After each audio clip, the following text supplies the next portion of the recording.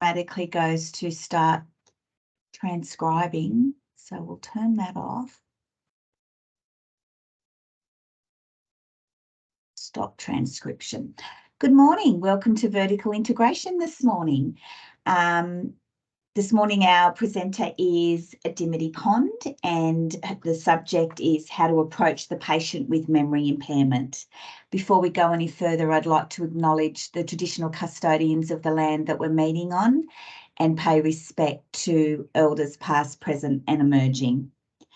This session is being recorded and will be uploaded to our secret spot where we're putting all of our vertical integration.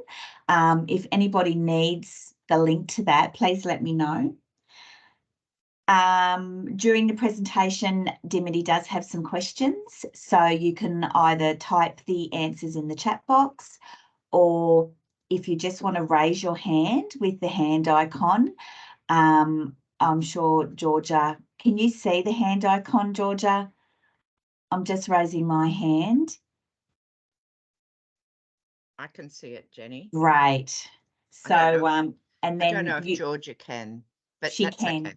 She can. Good. So that'll be great, and people can just ask questions. We haven't got a huge audience, so that's probably just as easy. If you can mute your microphone when you're not using it. And at the end of the session, if you can fill in the evaluation, I have put the link in the chat, and I'll put it in again right at the end, so you don't have to scroll all the way up to find it. I'm going to say that George is our education lead this morning, if that's okay. That's, I think, all you need to hear from me.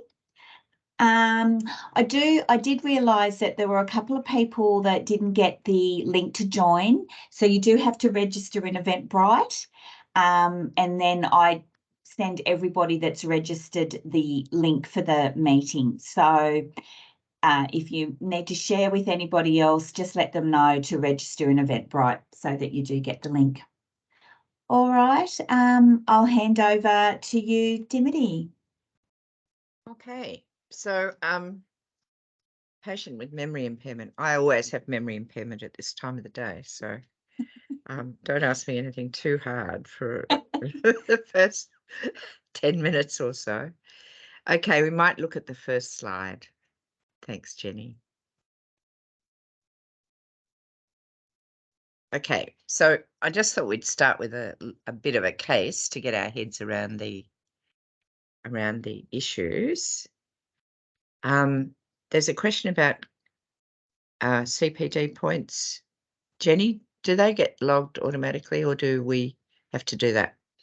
I am actually going to log them for everybody, and so that will be after the last session in June. And I'm going to log them as via a GP's dashboard. So yes, I'll do it for you. Okay, thank you.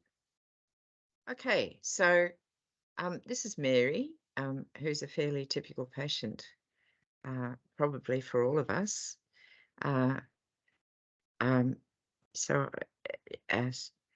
She's of course a made-up patient. I've made her 77, so she's not super old, but at least not by today's standards. But she comes at the end of morning surgery, and she's flustered, and the front desk has asked if she can, even though she's late, if she can please see you. And she says she's sorry, she forgot her early appointment, and she'll keep it brief. And actually, the real Mary, the real patient I'm basing this on, told me that she'd forgotten her PIN number to get some money out, and so that's what made her late. And not that I charge her, I bulk bill her, but anyway, there we go. And when you log into a file, you notice that in actual fact she's failed to come. There's a couple of did not arrives on her progress notes there. So could this be a clinical problem? And it's pretty vague. Is it worth exploring? And if so, how would you explore it? Does anyone want to make a comment on that? Is that something you'd fixate on, or would you just let it all pass? Yeah, I think it depends on, if you know this patient, if this is out of character, this is an acute change, and what is she like in the room? And you from your conversation and during the consultation, you often get a feel for whether this is a problem or not. Okay, so you're thinking if it was an acute problem, you'd be looking for a recent change and you'd ask a few questions to see if she's. So what would you ask her to see about that? Yeah, well, I guess if this was out of character for her and she was normally very, on time, and you might ask what's going on in her life, whether she's under stress, whether, what else has been happening. And if she comes out with a story of the PIN number, then yes, I'd be concerned and I'd be doing more of a pointed assessment. Yes. So I agree. It could be a recent change. That's absolutely true. And we've got a couple of people putting in the chat asking about any other memory concerns. And as you said, the PIN number. Has she got lost anywhere? It's sometimes a little bit confronting, but yes, it's really tricky, isn't it, not to be confronting when you're going into this space. And Gordo suggests a trend in deterioration, or is it transient? So acute versus sort of chronic is a really good question to ask yourself and ask her. So we might have a look at the next one, Jenny. Well, we've talked about that. And the next one I think is also a bit open, but we could talk about it. So the next one, Jenny. Oh, yes, here we are. Sorry, back. What could this problem be? Okay, I've put a whole lot of pictures of older people in this presentation because I really like my oldies, and I've got a lot of oldies now. It's lovely. I love their faces. They're full of character. So what could this problem be? So any suggestions? We've got delirium there already from Gordo. Anything else that it could be? What do you? The anxiety? It could certainly be anxiety, yes. So a mental health problem, yes. A mood disorder, anxiety or depression, that's right, or some other mood disorder, or an acute stressor. It could be an acute infection. So that would fit in with a delirium, I guess. And certainly older people are very sensitive to being unwell and get their cognitive functions very reactive to being unwell. Chrissy, how did you guess dementia? I don't know what even made you think about dementia. Thank you, Chrissy. And yes, it certainly could be electrolyte issues and hyponatremia. And I mean, you could build a little hypothesis that this is a sort of anxious lady and she's on an SSRI maybe, and they do get hyponatremia on that. So it could be something like that. And all of these things get more pronounced as people get older. They're more sensitive to the SSRI and they're more sensitive to the hyponatremia. So there's more possible cognitive changes. Okay, we might look at the next slide. Thanks, Jenny. And thanks, guys, for those suggestions. Oh, yeah, that's one of my oldies. I get all these off Unsplash, which is an awesome, you can just Google it. It's an awesome collection of photos of all sorts of different things, not just older people. And they're all free to use on slides. Okay, next one. Thanks, Jenny. Okay, so what we're going to do is look at why you might want to explore memory problems, listing the 4 main differential diagnoses, and then how to employ good communication skills to talk to people with memory problems, especially about what you're going to do next. So I think we've got to start on why it might be important to explore the reason, because it could be a delirium and it could be something that needs treating now. So we might look at the next slide. Thanks, Jenny. I'm doing it this way because I can see the chat this way with Jenny doing my slides. So she's kindly offered to do that. So I just want to remind you about dementia. I know that everyone knows dementia is a memory problem, and I think most people realise there's different types of dementia. There's Alzheimer's, there's vascular, but then there's over 200 different things that can cause a form of dementia, including, for example, multiple sclerosis can cause a form of dementia, Parkinson's dementia, dementia associated with alcohol. Anything that impacts the brain can cause dementia.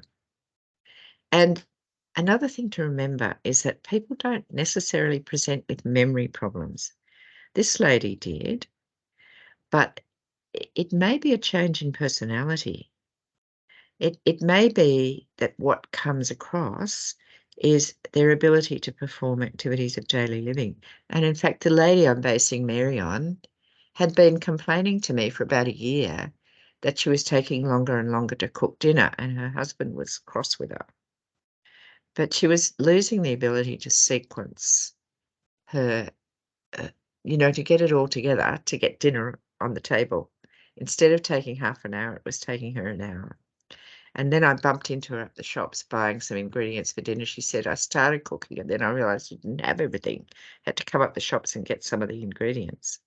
So because she couldn't sequence and remember how to put things together anymore. So it's thinking, it's behaviour, it's communication. Often they seem to lose their ability to empathise with people. And they can become rude. And there's a few cases I know of where the partner has considered, an older age separation because the person's just become rude and offish and negative, and that personality change is what's been noticed rather than any memory problems there might be.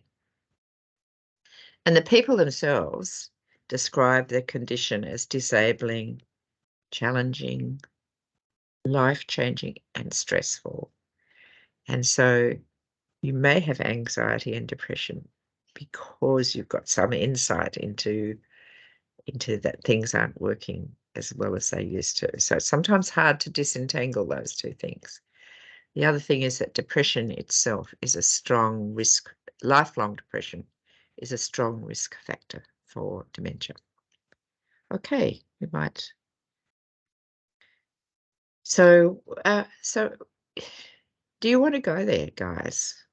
Do you want to just put in the chat 1, 2, 3, or 4?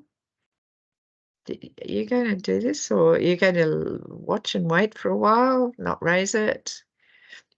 At this stage with Mary, who's just forgotten an appointment, we've got some as early as possibles coming up in the chat. So yeah, I like people. I like Chris. Yes, it's a sensitive issue, Chris. You're right. So it depends on the person and the family too. Yes, Savashi, yes, agrees with that. But others of you say, no, we really need to get onto it. So it's challenging, isn't it? I'm glad to see not too many ones because, of course, we're talking about dementia, and I think it is important to get onto it. And Dimity, one of the reasons I chose 4 was this picking it. Does it make a difference if I pick it up early? And I know there's planning. So I'm talking about early as in like now when there's symptoms, as opposed to early in terms of genetic screening or that sort of stuff. But I'm always like, do you want to know where you're headed? Yes. Yeah. So I find it really hard. Yeah. No. Yeah. And so I'll talk a bit about that communication, because I really think that how we're going to talk about this is one of the really big issues. And our geriatrician colleagues who are seeing someone who's agreed to be referred for memory problems, they never encounter this. This is something that GPs encounter. How to broach this topic when no one's actually mentioned it to anyone, to the patient. And the other thing, Dementia, time limitations as well, like a 15-minute consult. Exactly. Yeah, we're opening up the box, so it requires a lot of time to get through this process. I agree. Okay, let's, Jenny, yes. So Gordo's saying, well, we could possibly do our tests if we pick it early. Okay, so I'm going to make an argument on this slide about why it's important to identify it in a timely way. Timely is something that Dementia Australia uses, and I don't always agree with Dementia Australia about everything, but timely I like because timely involves the person themselves being ready. And that may need a little bit of negotiation to get to that point. It does allow them to make choices and about their future. So we've had Advanced Care Planning Week last week. I don't know if anyone was aware of that, but I was a speaker at a webinar and there were 500 registrations and about half of them turned up, which is a goodly number of consumers turning up to learn about advanced care planning because they want to see what's going to happen to them. And they can't do it if they've got dementia because they lose capacity to make an advanced care directive. And I had someone in for a capacity assessment on Saturday morning for a will. So, yeah. And then the driving medical, someone's mentioned that. And that's very much a consideration. So it's being able to plan, but in the interest of the patient, it's being able to plan finances, decide who's going to be the power of attorney and enduring guardian. And then the medications, well, they keep telling us, but they've been telling us, me, for the last 30 years that they're just about to find a drug that will cure dementia. And they're saying that at the moment too. I have a degree of cynicism after 30 years, but others may be more optimistic. And then it's the question of support and management. We deal with a lot of things that can't be cured. We deal with diabetes. We deal with all those long-standing neurological things like Parkinson's and multiple sclerosis and we deal with older age. These things can't be cured, but they need to be managed. So, and part of management is identifying them. So that's my reason for thinking that it's important to identify. And you also don't want them driving into a tree. And certainly one of my patients with dementia did that. Okay, Jenny, next one. Couldn't get her to stop driving. She went to another GP and got her license approved. Okay, so I've talked about management. So the management is not just dementia. People think, oh, managing dementia. Dementia Australia thinks managing dementia. As Gordo said, we think power of attorney, and then that's tricky, Gordo, overturning a power of attorney. And if you've got a diagnosis of dementia, it's very tricky, and you may end up in a situation of elder abuse. And that's another whole topic to talk about. And there is an elder abuse hotline, which I have rung for one of my patients, and they were very helpful. So you can Google that. So we need to modify our management of every single one of their chronic diseases that need self-management. It's only dawned on me in the last few years how important that is, because they will forget to look after their feet if they've got diabetes. They will forget to eat properly no matter what disease they've got or just older age. They will forget the instructions that nurse gave them about keeping their bandage dry.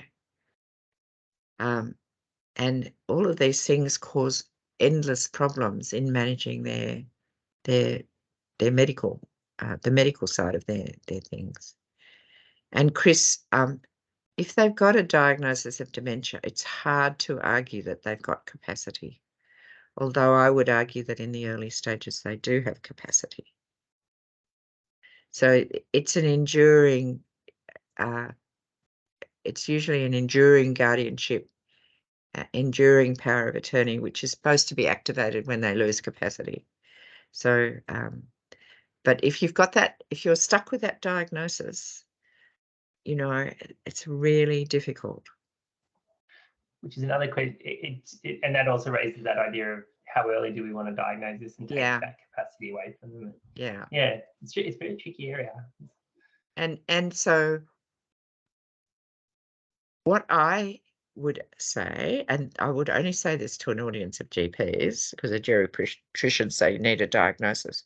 What I would say is we need an awareness of cognitive impairment as GPs so that we can do this other stuff, so that we can start Webster packing their medications and keeping our instructions, adding written to our instructions and inviting the, you know, family carer in and so on.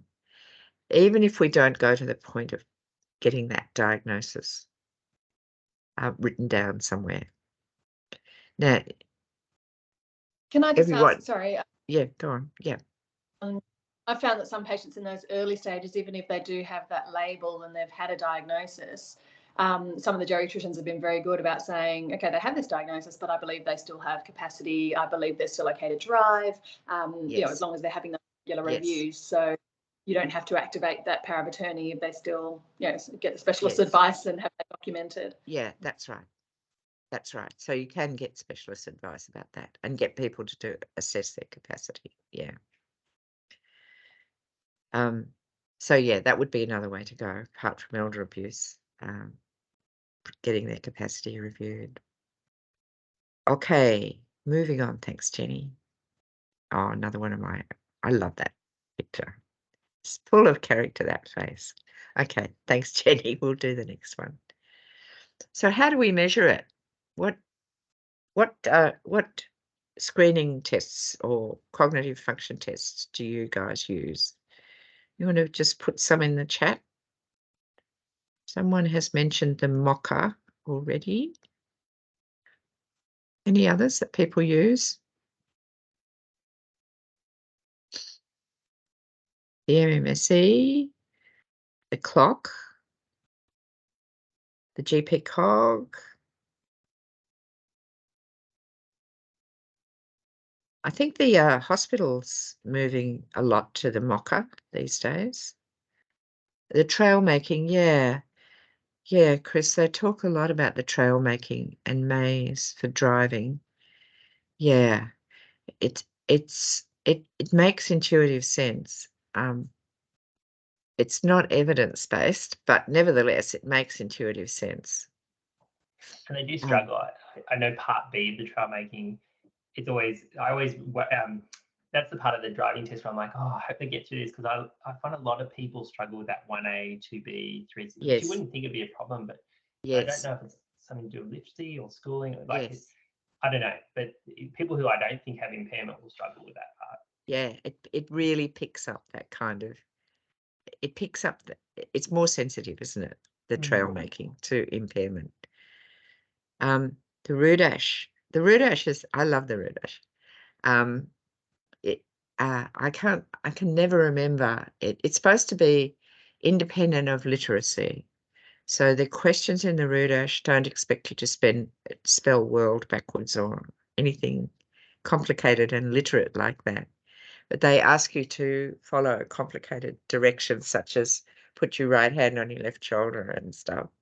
Or they might even ask you to do this, do that, do this, do that, do this, do that, do this. And I can never remember all those actions. I call it Rudash because Jeff Roland, who invented it, is actually of Hungarian origin, and Rudash was his Hungarian surname, and it's the Roland Universal Dementia Assessment Scale, but he called it that because to honour his family, really. Yes, getting a geriatric assessment and plus or minus an OT. Okay, Georgia, you have an invitation for a dance here. We'll keep people's dance cards to the end. Thank you. We'll have a look at the next slide. Thanks, Jenny. It's just a list of all those things. And we've got all of them. The only ones that you guys haven't mentioned are the kicker.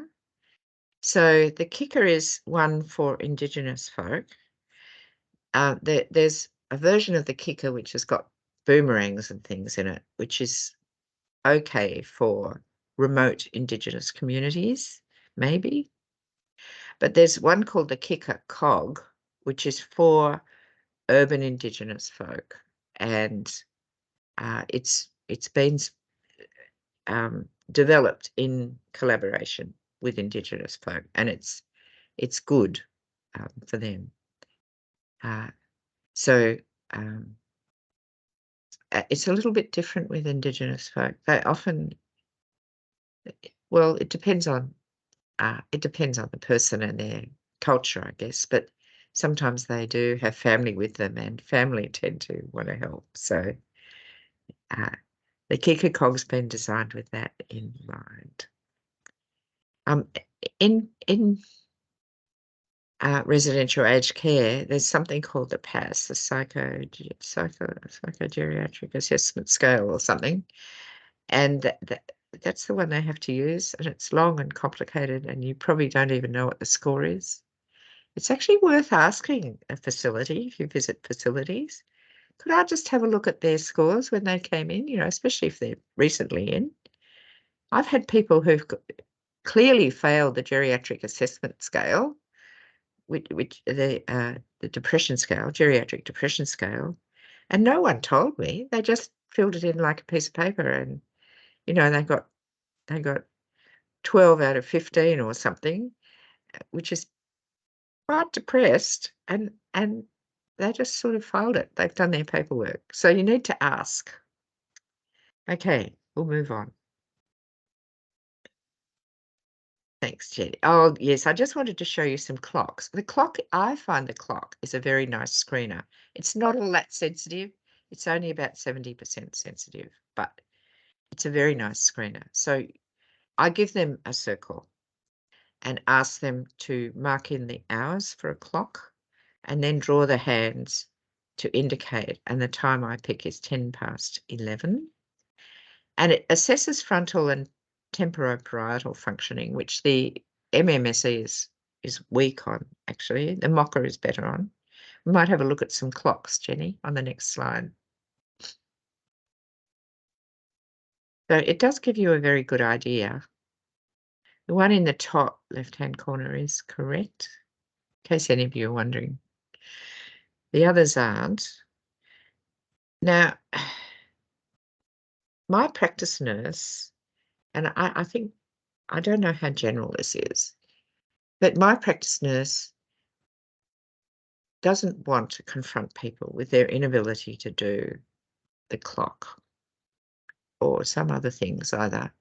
She thinks it's rude, and she doesn't want people walking away feeling upset. So she helps them with the clock. She's very, very clear about that. And I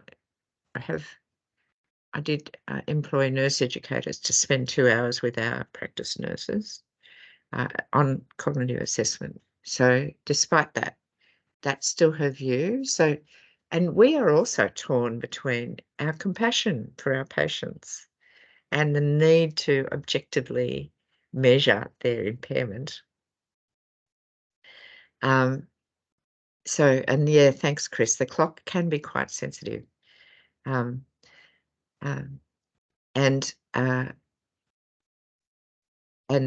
so we've reached a compromise where she presents me with this lovely clock, and I say, so how did you go getting that 10:11 there so beautifully? And she said, well, that was the third go. I just, I said to her, are you sure you want to put that long hand at 6? Wouldn't it be better further up?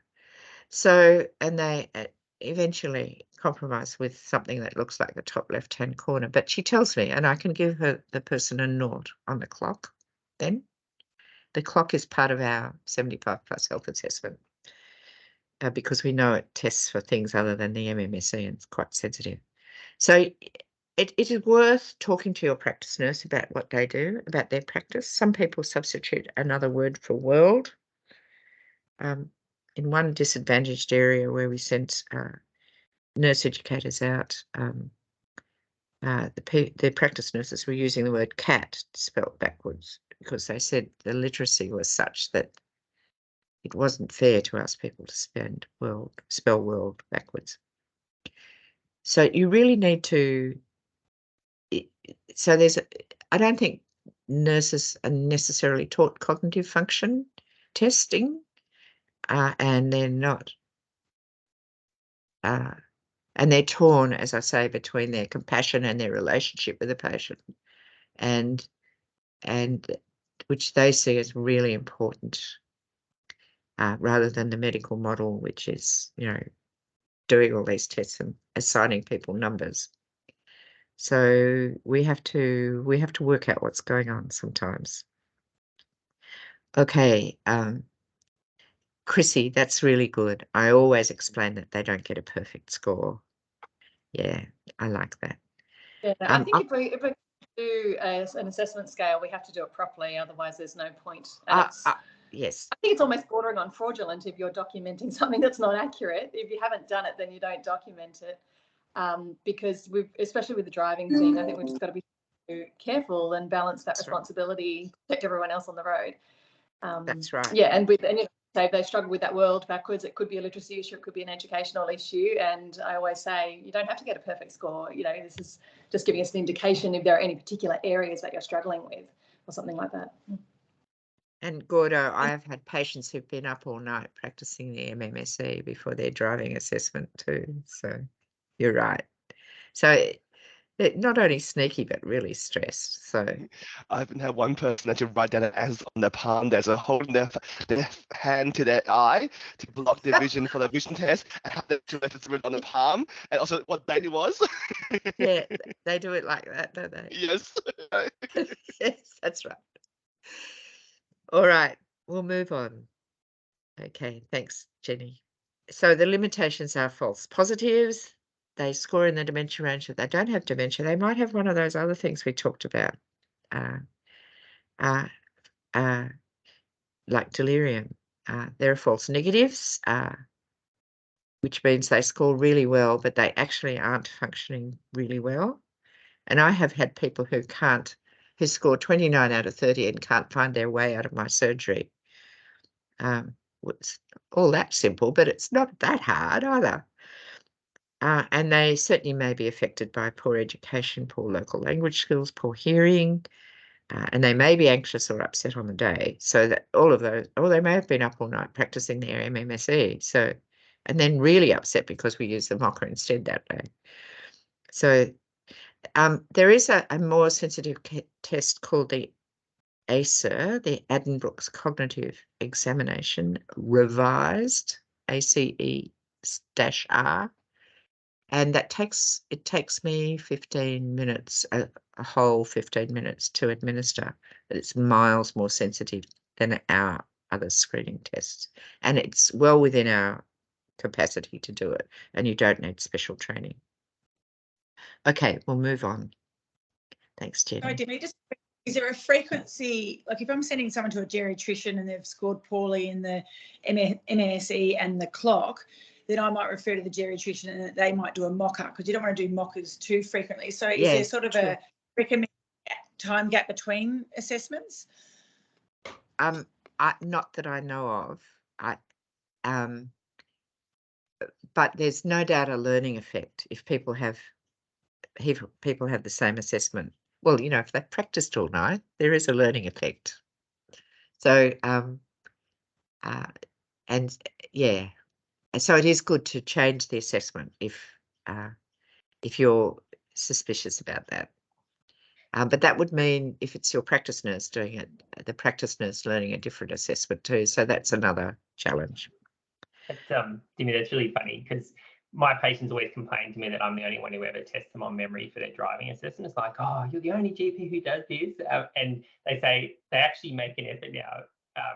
Like they've looked at the newspaper or they've looked at the date and they're like, oh, I looked at this before I came in, so they know what I'm going to ask them. That's right. Which I think is good. It shows some insight and some planning, but it's a bit like, it's good. oh, maybe I'm doing this too much. I think we should be. As I said, I had someone who drove into a tree and she had dementia, and she didn't come to me because she knew I wouldn't give her a license. She went to a GP who didn't assess her cognitive function. She was very convincing. Did you know that women with dementia are often very good at talking? They're very social, they're very chatty, they can be quite reasonable. It's actually been discovered now that their verbal ability is maintained on average better than a man's verbal ability with the same level of cognitive impairment. So you have to be suspicious of these chatty, charming women. They might be covering up a multitude of sins. I like remembering these 4 Ds. We've talked about delirium. We've mentioned depression in passing. People who have significant depression can't think clearly. And you may need to try an antidepressant and then see if they improve. But remember that depression may also be a risk factor for dementia, and it may also be part of the prodrome of dementia too. So it's a very complicated relationship between dementia and depression, but certainly worth thinking about depression and perhaps treating it. Or if you're not sure, that's definitely a geriatrician call, I think. Medications can strongly influence people's cognitive function, and we'll talk about that in a minute. And of course, they might have dementia. So the 4 Ds, it's so easy to remember some of these mnemonics and to realise that you've forgotten to consider something. We might move on. I don't want to leave a bit of time. Yeah. So this one was we had a medical student going out and talking to GPs. You guys are so great talking to our medical students when they're doing projects. So this was from a medical student project. It was all consented and we're allowed to use it. And this GP, we probably took one look at the lady and thought, hang on, I don't think this is quite that simple. Let's do blood tests. And she was severely hypothyroid. So let's move on. Thanks, Jenny. So if we're thinking the delirium, there's a multitude of causes, and we need to consider certainly the blood tests. And Gordo, I think you mentioned the electrolyte disturbances, or it might have been Chris, sorry, anyway. You guys, in general, good on this. So you can certainly do bloods, including these things. I've got a list of bloods later, and Jenny can have the slides, so you can copy it out if you would like. There's also guidelines for dementia, NHMRC guidelines. You have to do University of Sydney NHMRC dementia guideline to get to them easily. Chrissy, you're right about younger onset. We often think of that as a mental health problem because it's more common in younger people. As well as the bloods, we need to think about imaging because of the possibility of a stroke or a subdural, chronic subdural even, or a brain tumour. So those can certainly affect cognitive function too, of course. Jenny, next one. Those are the blood tests. There's a urine test too. An ECG is listed. It's listed in the guidelines as well. And that is actually, well, if someone's got atrial fibrillation, they may be getting a few little clots spinning off, and they may actually have a form of vascular dementia. And you may not have identified the atrial fibrillation now with our wonderful automatic blood pressure machines. So so that's certainly worthwhile, but you also need to do an ECG if they're going to go on anti-dementia drugs. So that's another reason for the ECG. The And CTS, bradycardia. Well, yeah. Oh, yeah, significant- bradycardia. obviously don't need an ECG for, but Yes, and head trauma. Head trauma is a question that's worth asking, Gordo. Yeah. And yes, the trauma from contact sports. Yeah. And other sorts of head trauma. Okay, and they say a CT scan without contrast is not too bad. We can't order an MRI for this indication under Medicare. So if your patient can afford an MRI, it's probably better. It will probably pick up minor vascular changes that aren't in the CAT scan. So, or some suggestion of Alzheimer's changes. But it's a PET scan they use for Alzheimer's, but that has to be ordered by a specialist if you're going to get it under Medicare. Okay. Next one. Yeah, what do you use for depression? Any thoughts? Depression scale? The DAS? The DAS is good. The only problem with it, or the K10, thanks, Gordo. So the DAS gives you that depression, anxiety, and stress, those 3 different subscales, if you like. And the K10 is a sort of depression and anxiety. It's a sort of indication of stress. And that's probably okay for this because anxiety also goes with dementia. But often the geriatricians like to know about depression and gives you a thought. The GDS, the Geriatric Depression Scale, it's certainly on Medical Director which is the one that we use. There's a 15 item, there's a 30 item, but I wouldn't use that. 15 item we use. My nurse doesn't like it because it makes people say yes or no, and it does ask some funny questions. Do you find life exciting is on the 30 item one. That is a funny question for people who are in their 80s. But we use the GDS, in our over 75 health assessment too, Georgia. But my nurse doesn't like it. She'd rather the K10. I just need a diagnosis of depression and the K10 won't give me that. Okay, we'll move on. Medication side effects. So we're looking at anticholinergics.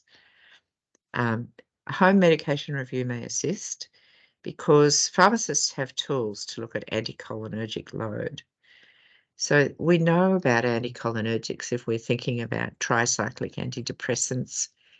Maybe we think anticholinergic if we're thinking about antihistamines, but most of us don't realise that the furosemide has a slight anticholinergic effect, and there's a multitude of other antihypertensives and things that are vaguely anticholinergic, and they add up, and you can get an anticholinergic load, and it's a drug burden index, or there's a number of other anticholinergic load tests. The pharmacist can get their head around that. They don't necessarily, community pharmacist who does medication reviews doesn't necessarily know about that, but certainly ours looked it up and is able to use it, and it's been great. So, and it's more than I want to do. I don't want to go through my patients' 10 medications, which is all I can get them down to, and try and calculate a drug burden index. So, and it may be quite significant when you add up all those little bits and pieces from your antihypertensives and so on, and the over-the-counter drugs. Okay, we'll move on. Okay, so this is the bit about the communication, which is our last bit. So we've got to the point where we're considering referral to a memory clinic. or maybe we're just at the point where we're beginning to raise this issue. So this guy, Wolney, did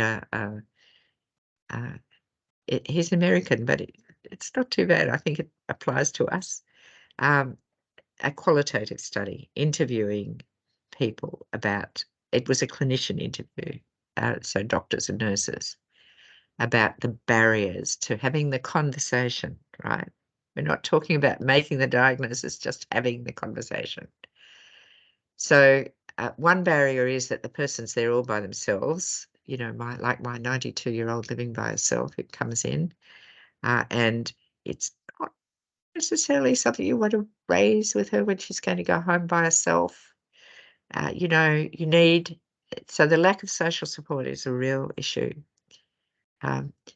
Misunderstanding the diagnosis and denial, and I think that you will probably relate to both of those in patients and carers.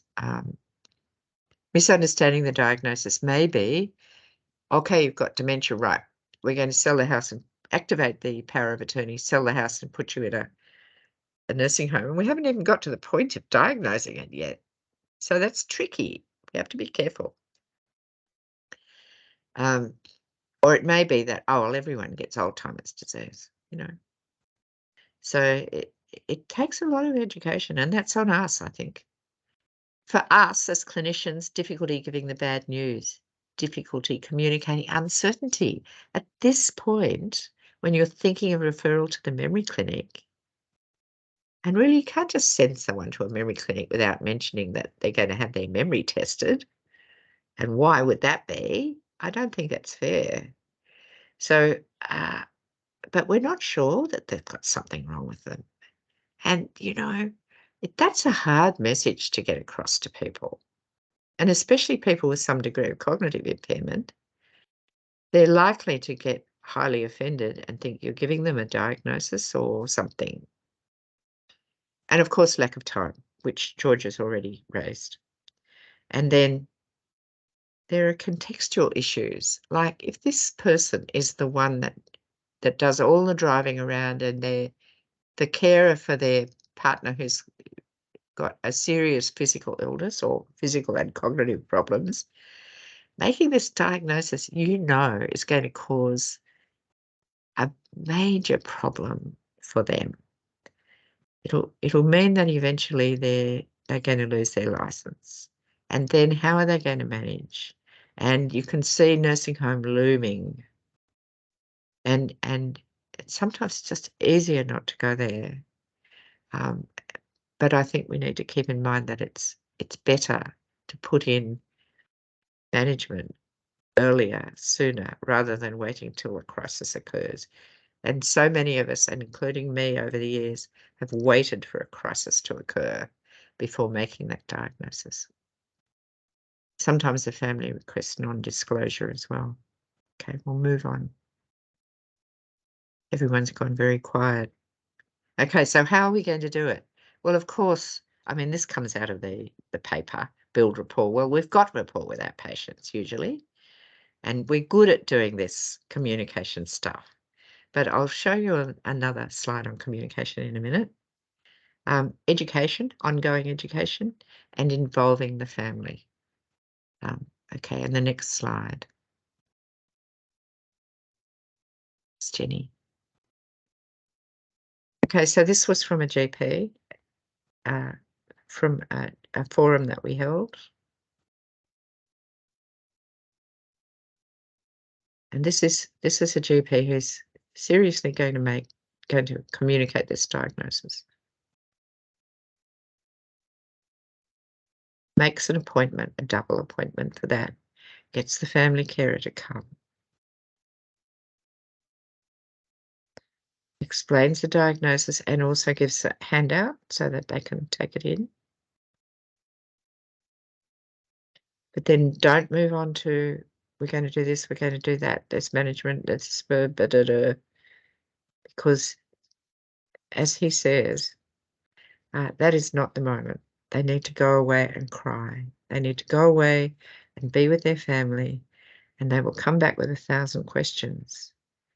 But right then, it is not much point in giving them information.